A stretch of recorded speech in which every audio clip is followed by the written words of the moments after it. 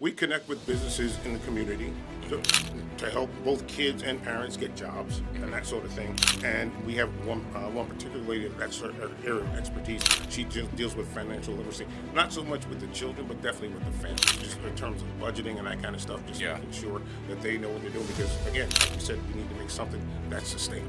The biggest challenge is making sure that you understand the culture of the place where you're trying to establish your business. Because we've done that in the past where we try to set up things and we have our own mindset and our own way of doing things, but you have to be familiar with the normative culture of the place where you're trying to do business. There are a number of resources that they have here in Florida that I haven't seen in other places where particularly right around here, they have a number of resources. I'm not sure if people know how to access them, but again, if you're in need of anything, you can always call 211, and they can direct you to whatever you need in terms of money for your rent, if you need substance use counseling, if you need food, and there are local food banks and that kind of stuff, you can access that. There are a lot of resources here that people may not know about. Welcome to Knucklehead Podcast. I am Malcolm. I'm Quan. And we are here with Rob Johnson. Yes, ladies and gentlemen, this is the Knucklehead Podcast where we actually step out and talk to the 99 percenters, showing them exactly how the 1 percenters made it to that 1%. It doesn't take a lot, but it definitely takes effort. Rob, can you go ahead and introduce yourself? Tell us about you, what you do, give them the juice. Okay. Well, first of all, thank you, gentlemen, for having me. Good afternoon. Absolutely. My name is Rob Johnson. I'm the founder and president of RCC Youth Services. We are a LLC. We work with the counties, we work with the sheriff's departments, we work with DCF, and we provide services to at-risk youth and families. Our primary goal is to make sure that kids that are at risk of being removed from their homes don't get removed from their homes, as well as kids that have been removed from their homes get back to their homes sooner. And we do that by providing services to the families, providing services that are sustainable, whether it be counseling, whether it be food stamps, whether it be counseling for drug and alcohol abuse, whether it be housing issues, just to make sure the family as a whole, they can get back together and they can be sustainable.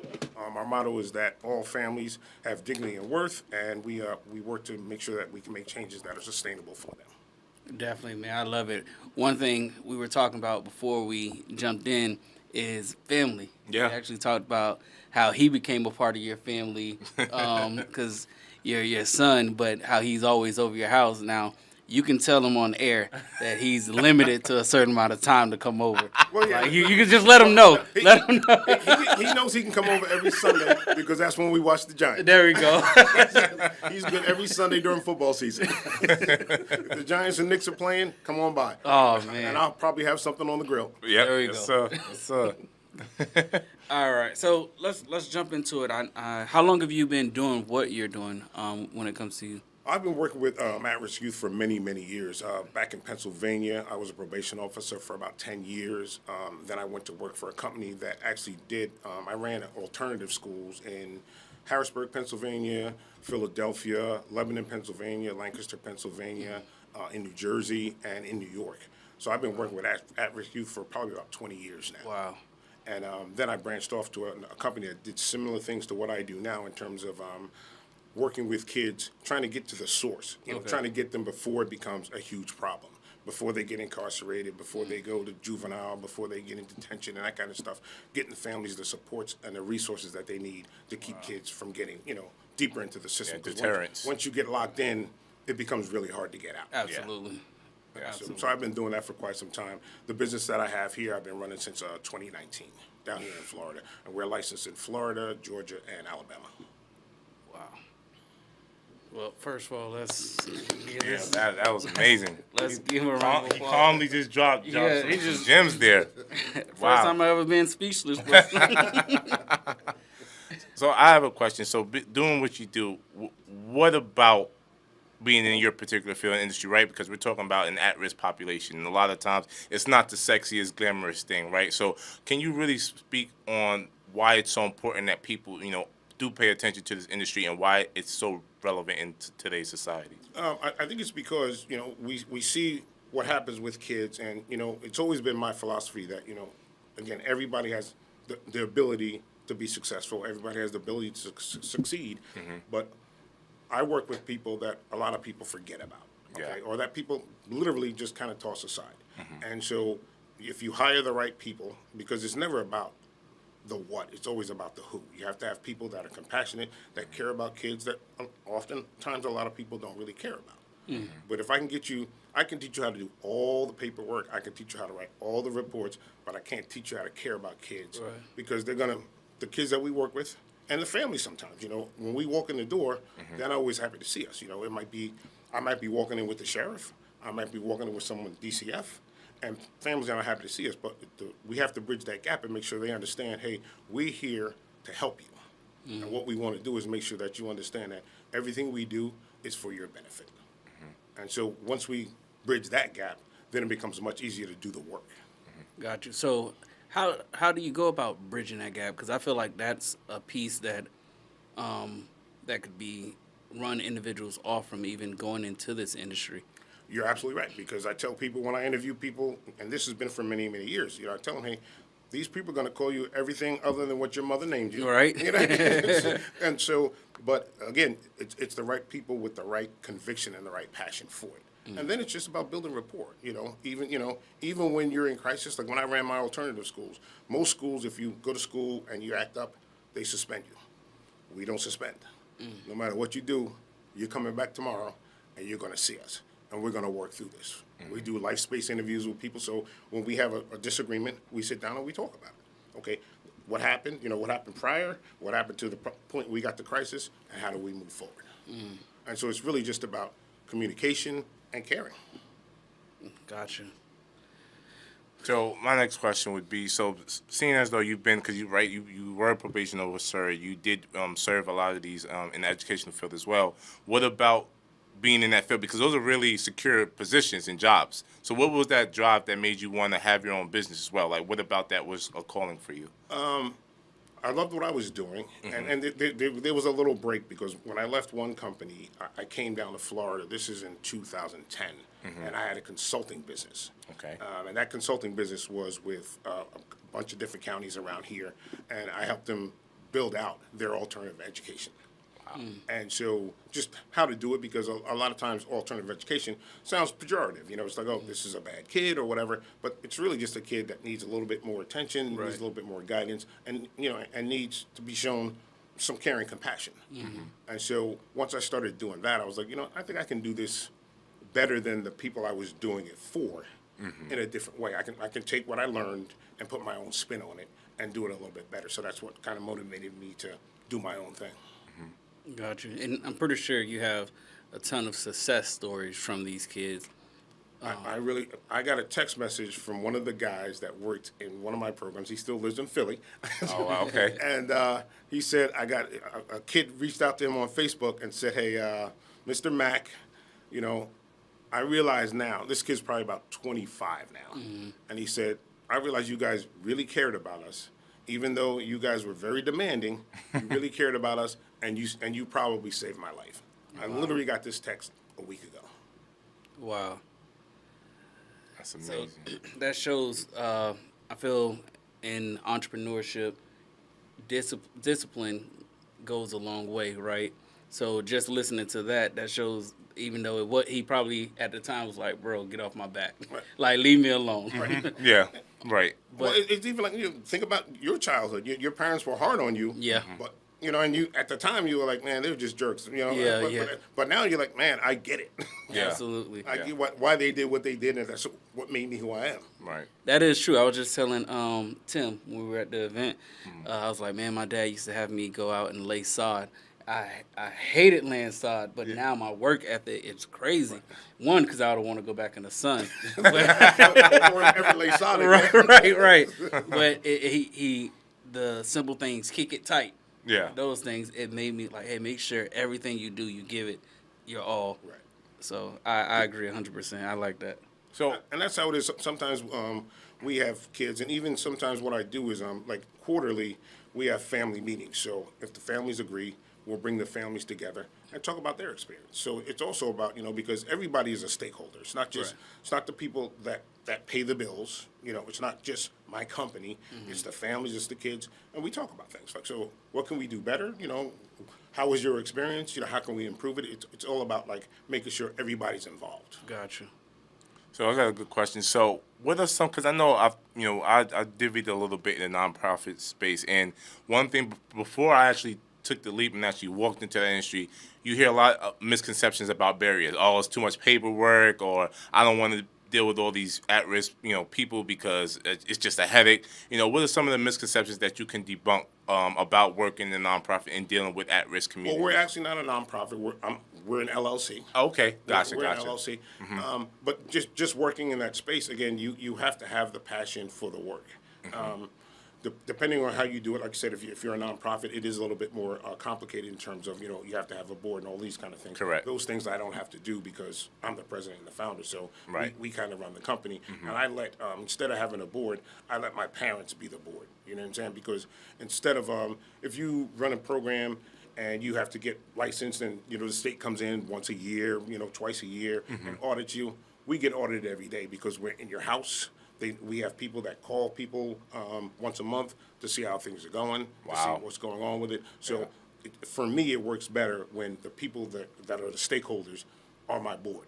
Okay, gotcha. That makes sense. So someone looking to get into your industry, what are like 3 top things that they would have to do in order to even knock at the door of the industry? Because I feel like it's the first thing you'd have to do, and again, this is not something I can give to you, or you have to have the passion to do it. passion. And that's not something, again, that I can teach Yeah, you anyone. can't fake You that. have to find people who are really passionate about doing that.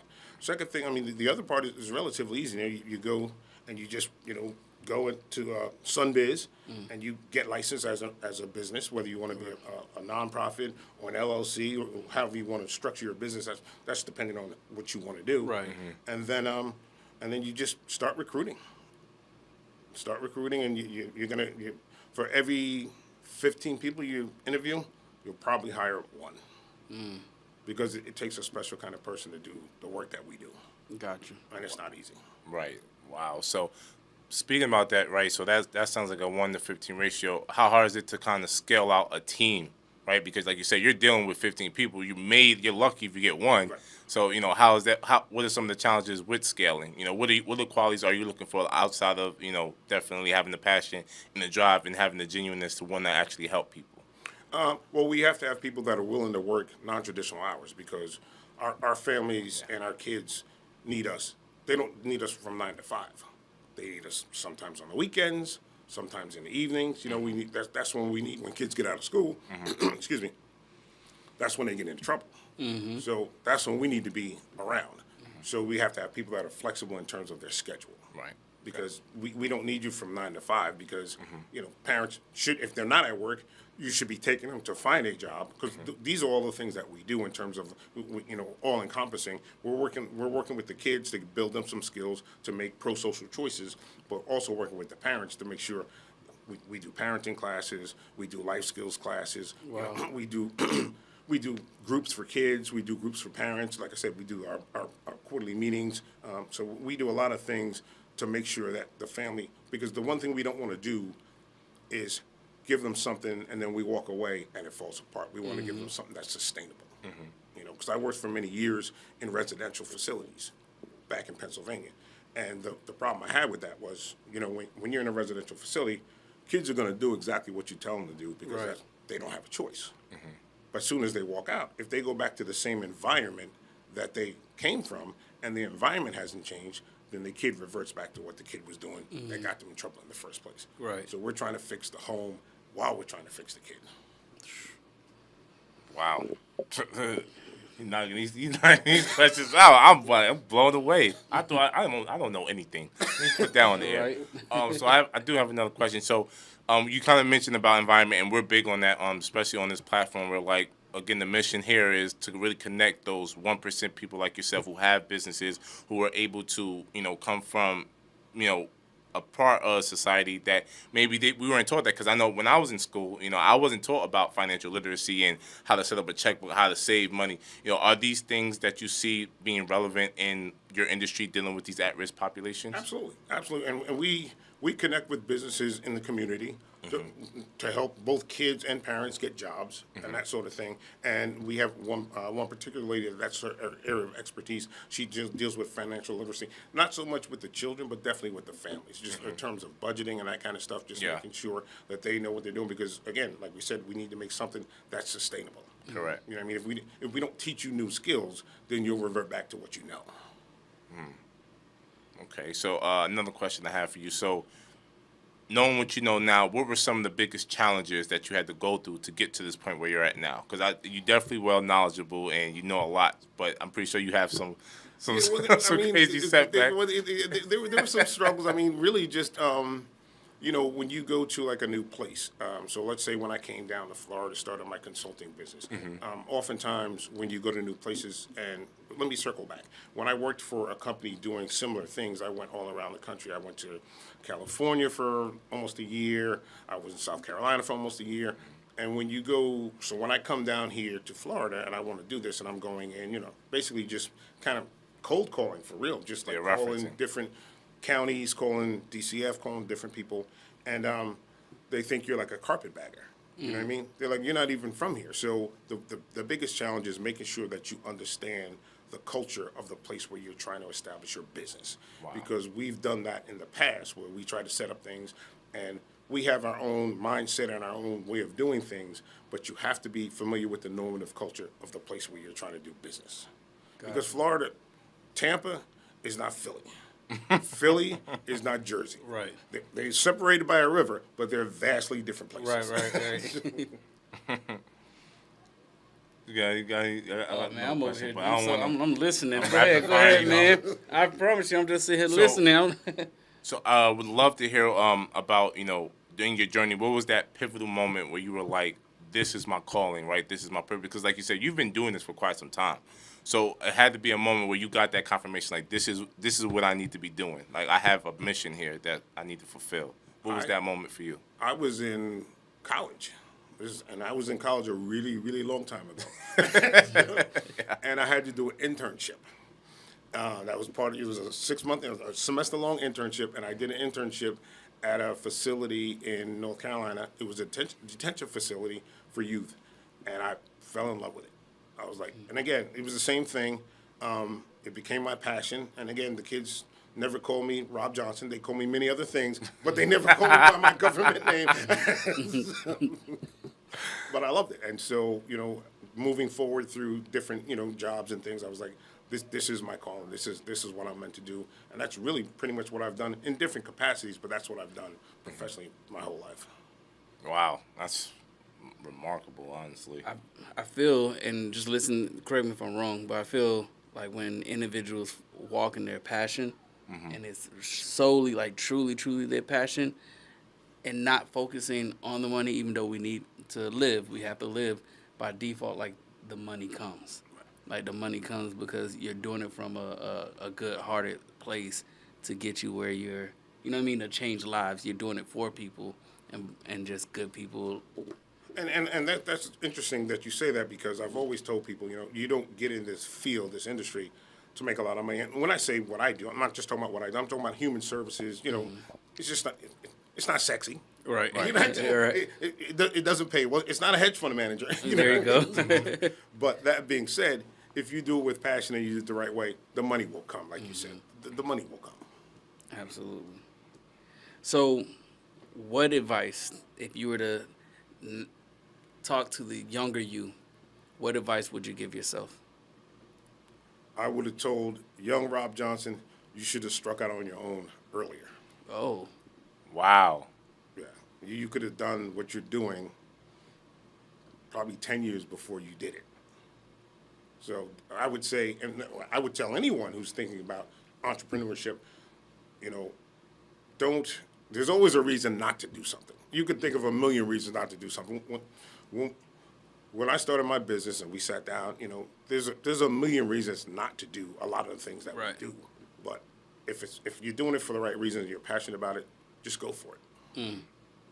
That was deep. Yeah, I think that's the best response I've heard so far on here. He said, strike out early. That was deep. So, okay, so I do have a quick question. So you worked as a probation officer. I did. Mhm. right? So being in that line of work and then kind of switching sides, right? Because you're on the part where like you're holding people accountable, like, hey, you need to be here, you need to do this, and then being put in a more empathetic position where you're like, I'm here actually trying to help you solve the problem. I was the person that will ridicule you if you didn't do it, or hold you accountable if you didn't do what you're supposed to. Now I'm actually going day to day, coming up with programs, coming up with a plan. What was that transition like? Interesting you said, because when I was a probation officer, this is back in Harrisburg, Pennsylvania, and I was interviewed on the news, and they asked me, well, what is this like when you walk into a home? And my position really hasn't changed, because although sometimes parents saw our relationship as being adversarial, it was never that. I always told them, I'm here to help your kid get through this as quickly as they can and be as successful as they can. We're not enemies here. We're on the same side. So my beliefs haven't really changed at all in terms of how I approach families. It's just a different role, a different job title. But the way I feel about kids and families, that's always been my thing. Like, hey, we're all in this together. Again, the parents, even though I had quote unquote power, it wasn't about that. It was about, we're all stakeholders in this. So how do we make this work for everyone? Wow, that's awesome. That's awesome. And that kind of shows the difference, especially when you think of like probation officers, those that They get a are- bad rep. Right. Well, from what you see, right, there's this narrative, they're just, lack of a better word, hard people to deal with. They're just here to make your life trying miserable. to lock my kid up. Yeah, you're yeah, trying to send yeah. him to, Yeah. detention or whatever, Exactly. boot camp or whatever it is. Exactly. And again, my experience and many of the people I work with, I still have very good relationships with, and this was back in the 90s. But we all had that same mindset. It was never, about, hey, don't get me wrong, there are consequences to your actions. If you don't do what you need to do, then this is what happens. Right. But it was always trying to get you to a place where, hey, let's get you through this, let's get you off of probation and go on with your life. This doesn't have to scar you forever. Facts. Society messed things up. Social media messed things up because they put on social media where you'll see a probation officer. Like, think about the shows or different things you'll see, and they're trying to, like, you see them trying to do things where they're screwing the person. Where they're like, oh, even if they didn't pee dirty, oh, well, this is, you know what I mean? Like, Right. Trying to set you up for right, failure. right. Yeah. And you see that all the time because it sells. Right. It sells. So then when it comes to real life and those that actually I'm trying to help, that puts a Yeah, that they don't block get the in same. between. It's not the same energy there, the same insight. Like, hey, this person actually trying to help. Right. You only focus on the Law and Order episode. Yeah. The guy Yeah. was bringing in dirty. Yeah. Care and compassion is not sexy. Yeah, exactly, right? Unfortunately. So I do have another question in regards to your goals, right? So when you first started, what were your top 3 goals? And once you reached them, what are your new goals now, where you're at now? Well, my top 3 goals was to get one contract Yep. and start working with families, and then get some word of mouth. Because, again, when we talk about my stakeholders,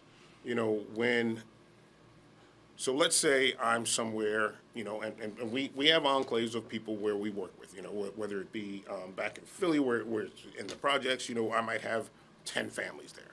Okay, so if I can get one family on my side and they're talking to, their neighbors, and maybe next week I'm at your house and 2 weeks from now I'm at your house. But if someone has already talked to you and said, hey, RCCU services, man, they really care about you. They're going to do good things. Look at how my life has changed, because I could go on your podcast, I could take an ad out in the paper, but word of mouth is the best advertisement. Absolutely. That is absolutely the best advertisement. So if I can get people on my side before I even come to your door and you've heard about me, then that's my main thing. And then I guess I'm not really trying to get huge, because I don't want to get outside my bandwidth. You know what I mean? Because, like I said, it's hard to hire the right people, and it only takes like one bad incident to really kind of sink you for a while. So you got to do it right, and you have to be strategic about how your growth is and what your growth plan is, Right. and who you want to serve and how you want to serve them.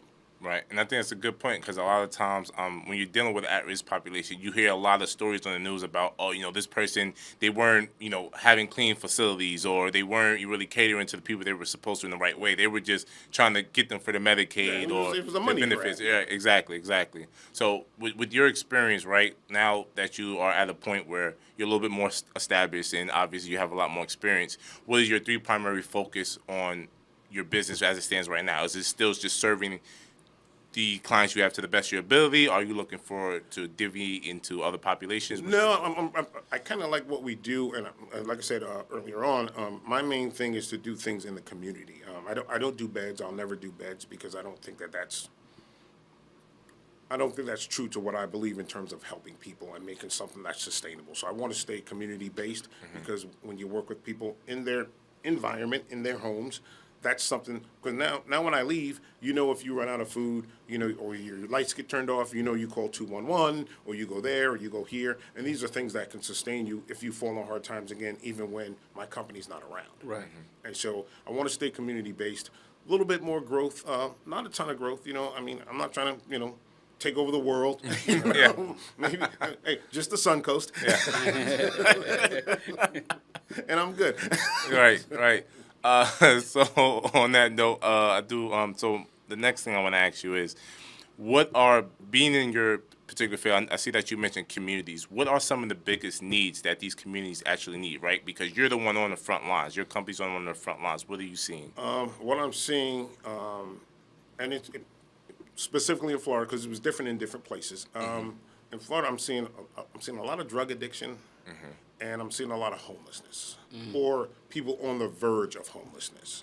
And so we're trying to connect them to those kind of resources. But yeah, the drug addiction is really, because that leads to so many other problems. If you're using drugs, you're not parenting well, you're not making good decisions and that kind of stuff. So a lot of what we do is connect people with services in terms of their substance use issues. Are there any services or companies that off the top of your head, that someone can go to if they're struggling or? Absolutely. I mean, there's Axe, there's Baycare, there's Cove. I mean, what they do here in this part of Florida, I can't speak to other parts of Florida, but there are a number of resources that they have here in Florida that I haven't seen in other places where I've worked. Particularly right around here, they have a number of resources. I'm not sure if people know how to access them, but again, if you're in need of anything, you can always call 211, and they can direct you to whatever you need in terms of if you need money for your rent, if you need substance use counseling, if you need food, and there are local food banks and that kind of stuff, you can access that. And there are a lot of resources here that people may not know about. Wow, I didn't know about 211. Yeah, and you're from Florida. Yeah, I didn't know about it. Yeah. They hiding this stuff from you. Yeah, it's like a kind of like a one-stop shop. You call there and you tell them what your need is, and they give you information and point you to who you need to talk to. Now, again, it may not always get you what you want, Right? But they will give you access to resources so you can talk to someone about what your needs are. Put you in the right direction. Absolutely. So I'm really interested. I mentioned that we're working on an event catering to two young children leading into the end of this year. We're trying to do a toy drive, right? So what were some things you would recommend to really get the community involved and make them really want to come out? Is it a good opportunity to go partner with different people in that local area? Or? Absolutely. I would say, and we did this every year at all the programs that I ran in Pennsylvania. I haven't done it down here. Partner with the Salvation Army. They do that big toy drive every year. We used to have it at this big park in Philadelphia. We have it at Fairmount Park. And kids would come, you just sign up and, you kind of write your list of what you want. And that's definitely the first place I would go with Salvation Army. Okay, gotcha. So people that are looking to, maybe not to the capacity where you're at, right, but really help these communities, what can they do to kind of help, what you're saying, like with the drug addiction and the homelessness problem? Like how do we as individuals who may not be facing that, but we can also show empathy and help, whether that's time and things like that? What can we do to help these at-risk communities? I would say volunteer. I mean, that's been a staple of our family since I was little. I was never on probation or anything. I didn't have to do community service. But Mom was always big on volunteerism. So volunteer. Go to the local food bank. Go to the homeless shelter. Just get involved, because once you get involved with one resource, you'll find out about other resources because they're all connected. Right. So somebody who's going to the homeless shelter might also be going for substance use issues and might also be, struggling with their rent. So once you get involved, you'll it's like networking, Right. Basically. That is true. So with everything that you do, Unfortunately, you're a Giants fan. Till the day I die. How do you, with the legacy that you're building, how do you, like, what is your end goal with the legacy that you're building? How do you look to pass it on? Honestly, it's really through the people that I work with. You know, when the families, if again, every story is not a success story. So I'm not going to sit here and say, oh man, you know, we have 100% success. Some people fall back. Some people just are not interested. Some people don't engage in the right way. But you know, much like when I was working with children, you know, if you could save one, if you know those kids that come back, we always had kids come back to our schools, kids that got out of our program, went off to college. We'd always have them come back and talk to the families. When we do our family meetings, we make sure that there's a family that comes back and says, hey, you know, if you work the program, it'll work for you. And so that's the legacy is just the work. Gotcha. You know what I mean? It's not accolades. It's not like, you know, a statue in front of in the right. town hall or whatever. It's really just about What the you work. put in. You know what I'm saying? Gotcha. So you do have like different meetings, things with the families where everyone comes together. Absolutely. And you. I mean, it's voluntary, but the turnout's usually pretty good. And it's about people saying, hey, this is what worked well for me. And it's also about getting some feedback because, you know, again, they're stakeholders. So if you don't like some of our processes, then maybe we can streamline them or we can change them or we can tweak. Some things are non-negotiable. Some things you just have to do because there are some things that the payers tell us we have to do. Yeah, So requirements, it is what it is. You know what I mean? But that being said, within those parameters, there's some flexibility. Got you. How does one, say if someone's like, hey, I want this industry, how do they find the contracts or build that type of relationship? Because I know you said you came to Florida and you picked up the phone and you were cold calling. Yeah. So is that pretty much what hey, get on the phone and... Yeah, you get in touch with DCF, you get in touch with the local sheriff, you get in touch with some of these community agencies because a lot of what DCF does, the DCF Department of Children and Families, a lot of what they do is they contract out the work. So they have these community-based organizations, CBOs, that do the work that check on the families, and so you can call them in partnership with them because a lot of what they do, again, they're sort of on the back end, and we always try to be on the front end. Gotcha. Okay. So with this at-risk population that we're really, you know, hitting home on, I know a lot of times, you know, these people, you kind of meet them where they're at, right? Absolutely. A lot of times. Not all the time. All the time. Every time. Okay, gotcha. So with what you're seeing, right, meeting them at where they're at, why is it so important that you establish a genuine relationship with them? Because I know a lot of times they're thinking, hey, you're just coming here to ruin my life, or you're just coming here to disrupt what I got going on. Why should I invite you into my home? Why do I need to really deal with you at all? You know, I know you've probably had to face that. Well, and that goes back to, you have to kind of walk that line because it's a fine line because, again, if I'm coming into your world, you didn't invite me into your world, but I'm in your world now because someone else is involved with you. Right. You see what I'm saying? So something is going wrong, and we're here to fix it. But, you know, again, it goes back to building that rapport. We're going to fix it together. It's not me here just telling you have to do this, you have to do that. And again, there may be some things that you have to do. Right. Because that's what the organization has told me we need to do. So we have to do that. But how do we do this and make it work for you and get you to where you need to be? So because at the end of the day, all you want me to do is get out of your life. Right. I mean, that's the bottom line. So Right. the faster we work together, the faster you don't see me ever again. Gotcha. You know what I mean? And so if you're fighting me, that's just prolonging the process. Right. Right. So here's what we have to do, and we walk in. You know, when we walk in, the first thing we do, you know, we talk about, we develop a treatment plan. Here are the goals. Here's what we have to do. How do we want to do this? What works for you? You know, can you go to counseling on Tuesdays, or is it better for you to go on Thursdays? You know, and figure that out. So, you know, we try to give them, because they have to have some command and control of their lives. We can't just go in there and say, you're doing this, you're doing that. It never works that way. You know what I mean? So it has to be a genuine partnership. Wow. So to be a little bit more realistic to our listeners, because I know a lot of people say, oh, well, I can do this. Please explain to them how many no's, and how many doors, how many hang-ups you had to deal with before you got your first contract. So, oh boy, it was, yeah, you're taking me to a dark place. Not today. It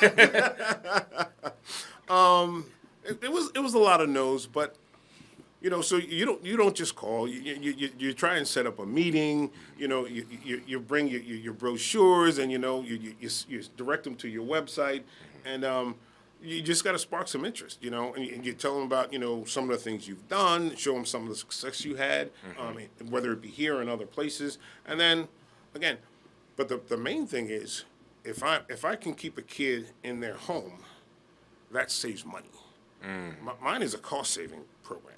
Wow. So I'm saving the state and taxpayers money because every kid, when a kid gets removed from home, whether it be a delinquent kid or a dependent kid, that costs money. Okay? So if I can keep them at home, it saves money. If you're already out of the home and I can get you back home, now the state's not paying that per diem for that kid $250 a day, $300 a day to be wherever they are. They're back at home. So if you talk about saving money, you'll get in the door. Okay. That's a good. Don't forget that. That's a nugget. Replay that part. Yeah, that's a nugget. Be an asset, not a liability. Is basically what he's saying. Exactly. It's a cost saving. And again, I mean, that combined with the sustainability and all those other kind of things, people are interested because, again, like I said, people who get in this field, whether you're in probation, whether you're with Children and Youth Services or DCF down here, they don't get in for the money. They get in because they care about what they're doing and they care about people. So if you can do this in a better way, then people will listen to you. Right. Again, you have to make a lot of phone calls. Right.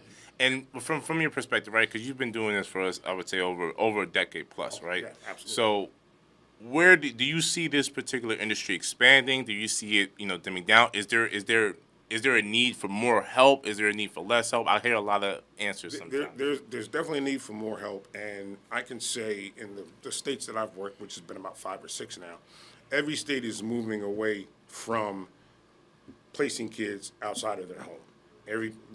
Because A, it's not cost effective, and B, it's not a real change.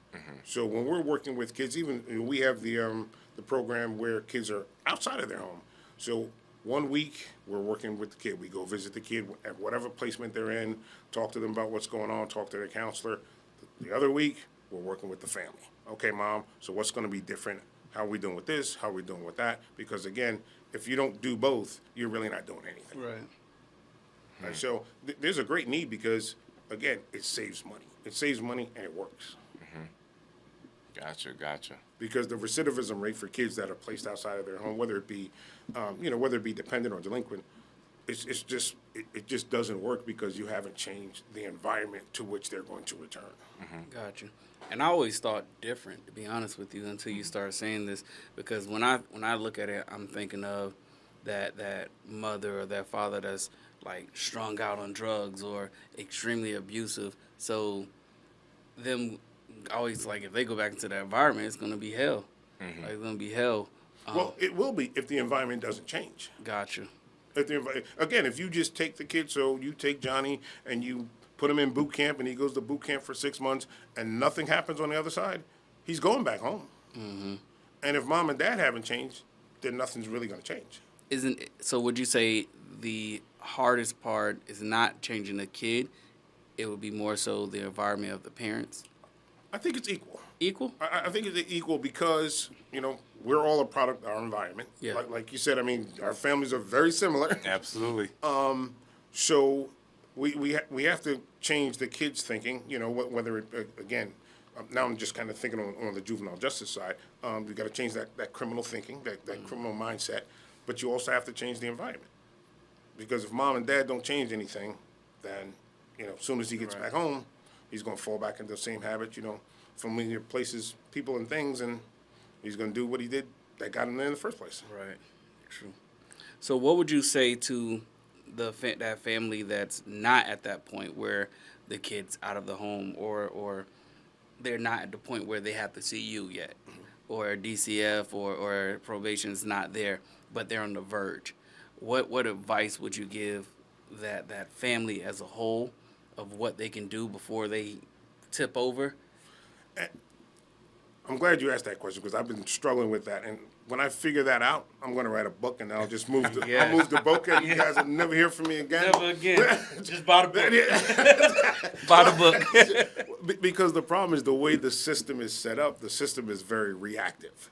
It's not particularly proactive. I think what we do is about as proactive as we can get. Gotcha. Because we can't get involved until somebody calls us. Right. And by the time someone calls us, it's already a problem. You know what I mean? So I used to tell parents all the time when I was a probation officer, parents would come to me because I was school based. So I worked in schools. And they were like, "Hey, my kid is heading down a bad path. Can you help me?" I'm like, "There's not really anything I can do till he, After he crosses that line. exactly, Yeah. until he's officially a part of my system." And so, I mean, there are obviously counseling services and different things you can get for your kids, but by and large, the system is very reactive. Gotcha. I like that. Well, I don't like that, but But no, that's a great insight because I think a lot of people don't understand that it's not if the system were, and I also feel like, and this goes into other industries just from a society perspective, a lot of things have become outdated and very, they haven't really had that. You see technology changing so much, but in certain areas, like you're talking about with non-at-risk populations, it's very reactive because we don't have preliminary. But that's a good question. So my question actually, because I'm on a train thought, with these people with our system being so reactive, how do we change that? Because I know you say you don't have the answer right now, but like if you had to shoot in the dark, what are some things, or like Malcolm mentioned, some tips we can say, or signs, right? Is there like statistics on this? And when I say that, I don't want to paint it with a broad brush because there are, I mean, when I was growing up, they had PAL, they have the Boys and Girls Club, they have things for kids to put them in things. And the main thing you can do as a parent, as all of our parents did, keep your kids involved, man. Keep them busy, keep them doing something that's pro-social and that's, keeping them busy, because when they're sitting around or doing Idle mind, exactly, the idle mind, devil's workshop, and all that. So those are things you can do, and I don't know about a lot of them here in Florida, but just because I'm relatively new here. But I know back in New York and in Pennsylvania, there are a lot of community-based organizations that you can put your kids in. That not just for sports, but for mentorship and that kind of stuff, and make sure your kid is involved and feels a part, some social connectedness. Because if you feel connected to, your community, you're less likely to do bad things in your community. Gotcha. They should have something where, how when the reactive side of it, the proactive, what I mean by that is have something where families can go somewhere and be like, hey, so my kid is on the verge of this. Right. What, like certain companies that go to them prior. Right. Or I'm saying, what do I do, or Right. How can you help? But Right. like I said, the system is just not designed that way. But wouldn't it save the system money? Absolutely. Yeah. So I'm that step before the kid gets removed. But if there was a step before my step, that would be even better. So We on to something. Hey, we on to something now. But the problem becomes, how do you fund that step? That is true. When the kid's not involved in a system. Because if there's no system, there's no money. And so how do you fund that thing? I mean, don't get me wrong. There's a lot of organizations, and I'm going to do some research now that you guys brought this to my attention, because I guarantee you there are some here in Florida. I just don't. When I say Florida, I mean in the Tampa area. I just don't know about them. But that doesn't mean that they don't exist. And then once I find out, I will definitely text you and let you know. Yeah. They have to be here. Yeah. It definitely something, because I feel there's a lot of great kids that are around. They just don't know. Yeah, bad environments, Right. a lot of bad environments, and I think it doesn't get talked about enough. And I'm happy that we're at, even though this is a financial literacy platform, I like that we're having this discussion, because this brings a lot more light to it from a holistic point of view. Right, to your point, like you're doing everything to prevent. And correct me if I'm wrong. When you tell, because a lot of the audience, they probably don't understand, when you're talking about a child being removed, you're talking about that child being removed from the household and possibly put in foster care or these other programs. Or detention. Or detention, right. Or That's or residential placement if you're on the delinquency side of things. Yeah, Absolutely. So if they don't work things out with you, it's pretty much that's your next. Those are going to be your next options. Correct. So we're trying to avoid you even having to be in that position. Correct. And Right, because so- once you're there, it's even harder, like you said, to pull them back out of that. Absolutely. Right, and not to mention all the trauma that can come Because with. typically what the system does is, the system will tell the parents what they have to do, but they don't necessarily help them do it. And so if you don't know how to do it, again, you don't know what you don't know. So, Right. if they say, well, I need you to do X, Y, and Z, but if I don't give you the resources or some guidance, how are you going to figure that out? I mean, if you could have figured it out, you probably would have already. Yeah, you wouldn't need me anyway. Right. And that's where you come in. Correct. That's amazing. Yeah, this is a great episode. I've learned a lot. We definitely want to talk to you more about this because I got some great ideas that we can definitely, partnership. Yeah, and I will definitely look for that step before my step, Right. and I'm going to get you guys that information. Absolutely. Do you have individuals that come out and speak to the families, or say when you do have the groups? Typically, the people that I speak are families that have worked with us. Gotcha. So previous families that come in. Okay. And it's not, we don't cherry pick, because sometimes we have families that really didn't like what we did, or didn't feel like they needed us. Because again, when we meet families, it's not on their best day. You know what I'm saying? It's usually on their worst day. And so we're walking in, and they're like, "Why are you here? What are you doing?" And so either your kid is about to be removed, or your kid may have been removed. I mean, we get on-call stuff where sometimes at 4 o'clock in the morning, we might get a call, and we have to get with the sheriff, and we have to go remove a kid. Wow. And so it's not a good look. But that being said, we still have to start building that relationship, because the goal is always from the day we meet them. If the kid is in the home, our goal is to keep him in the home. If the kid is out of the home, the goal is to get the kid back in the home as soon as we can. What does success, so think when you first started to now, what was success to you then, and what is success to you now? That's interesting. I think back in the day, success was just getting the kid through the system. Gotcha. Okay. Now success for me is making sure that whatever we did is sustainable. You know what I mean? So if the kid successfully completed probation or whatever, and didn't have any violations, didn't get detained or anything, that was success. Now it's a little bit more than that. Now it's more about, so how do we make sure that this is something that you can carry on forward for however long it is, for the rest of your life. You can make good decisions, make good choices, Right. Do what you need to do. So it's kind of evolved for me a little bit. Gotcha. Being able to have them grow Absolutely. instead of just, Yeah, all right, you're out. teach a man to fish kind of mentality, which is So very imperative. again, our motto is developing youth and strengthening communities. That's what we do. What things do you, Go ahead. what things do you do outside of the business in the community? We do. When I say we, my family, we do a lot of volunteer work. Volunteer, And we do a lot of like volunteer downtown Tampa, those we do, things. Yeah, we do a lot of volunteer work for different things. My sister Sandra, she's always dragging me off to do something or another, and my mom. Yeah. Shout out to the Johnson camp. Yeah. Love you guys. I see this episode. Love you guys. Keep doing it. So I got a fun question before we wrap things up. We asked all our guests. I think this is going to be interesting because you have a very unique perspective where, like you said, you're at a good place as far as a business owner. So right now you're looking for minuscule growth, but really something that's sustainable and, like you said, don't require a large amount of bandwidth, which is awesome. So I'm going to flip the script on you a little bit. Okay. So if you were someone that was looking to scale, you got to the point, whatever your financial goals, to be a millionaire, 5 million, 10 million tomorrow, right? You've achieved everything. You got a successful program. These kids are doing phenomenal. You had to make a decision on, one, taking that wealth that you've built for yourself through your business, giving it all to your family, right? You're not here anymore, giving it all to your family, or, and I really want to hear your answer on this, deciding to take that wealth that you've built and donate it to an organization or foundation for them to help, continue the work that you've already dedicated your life to. Which option would you choose? It's very easy for me. I would do both. You only got one. You only can pick I one. only got one. I'm giving it to the boy. By the boys, he's talking about Cam. Yeah, Cameron Johnson. If I'm going to do one, I'm giving it to the boy. Okay, and let me ask you that. Why?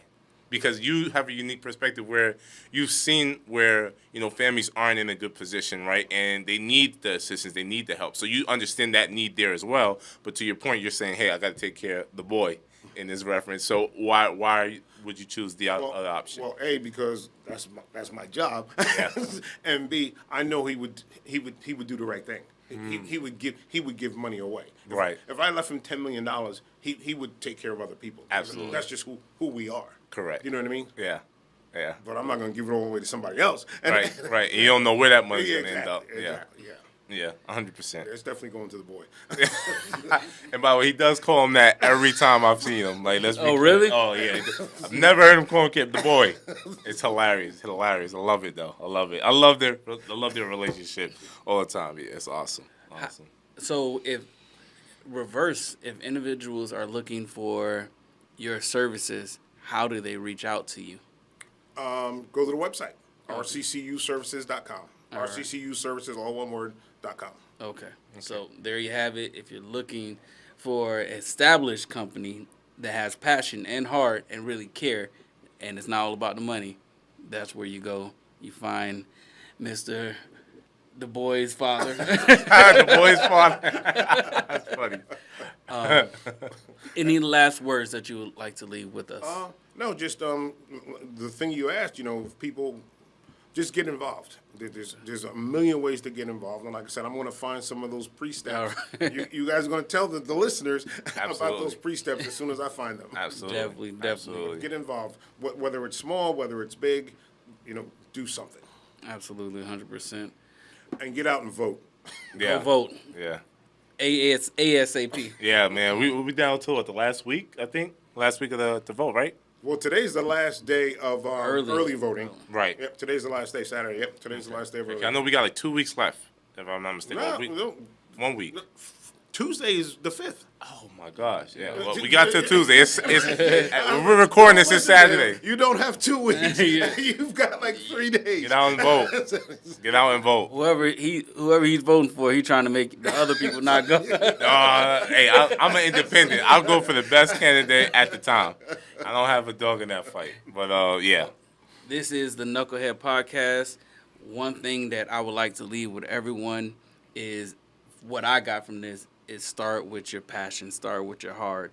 When you do things from your passion and your heart, everything else follows. But the biggest thing that you learn from this is that you're always going to continuously grow, but you're always going to impact others because your passion drives passion. I like that. Yeah. Absolutely. So That's that motivational speaker side coming out of yes. I'm Malcolm. I'm Quan. And we're here with our Rob Johnson, the boy's father. The boy's father, a.k.a. Noel.